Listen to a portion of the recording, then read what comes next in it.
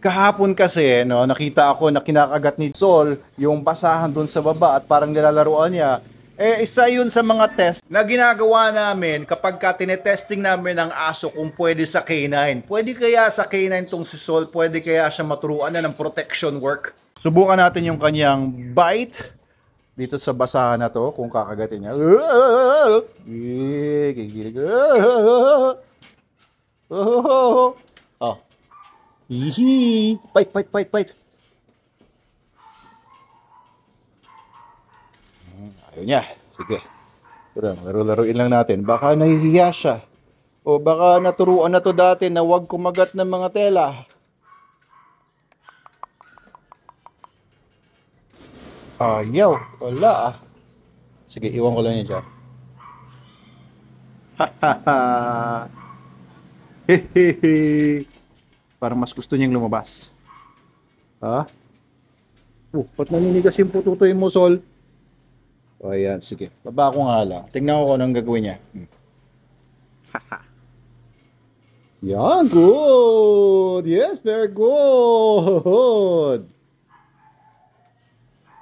Hindi ko pa siya pinapalabas ngayon dahil may mga tao pa dito sa loob naglaba para sa atin at namamalaan siya. Hindi ko muna siya pinalalabas. Mamaya pa, pag uwi nila. Hindi niya pinansin yung basahan. Anyway, this is a failure. No, this test is a failure. Baka medyo matigas yung pututoy niya. Kasi alam niyo to si Sol, parang ano na to eh. Mas gusto niya yung mag-poop sa labas. Umiiyak siya kapag napupoop siya. Ayan, baka napupoops na yan o naiihi. Gusto niya sa labas. Ayan, hindi niya pinansin yung basahan. Testingin ulit natin, no? Kung mapapakagat kasi natin to dito sa basahan, pwede yan maturuan eventually kumagat sa tug, kumagat sa bite sleeve na soft, and kumagat sa bite sleeve, kumagat sa tao na nakasuot ng bite sleeve, and later on, tao na wala ng suot na bite sleeve. Oo. Pero may mga dogs naman kaming naturuan na hindi kumakagat talaga sa mga basahan na ganito.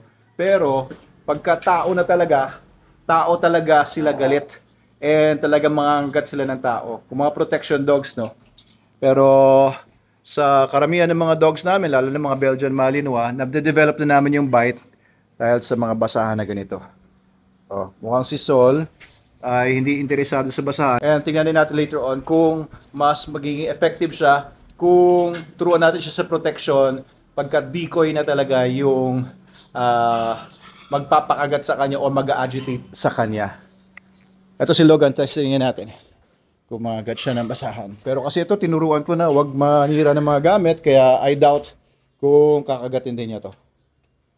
Hey, bite, bite, bite, bite. Good. Good boy.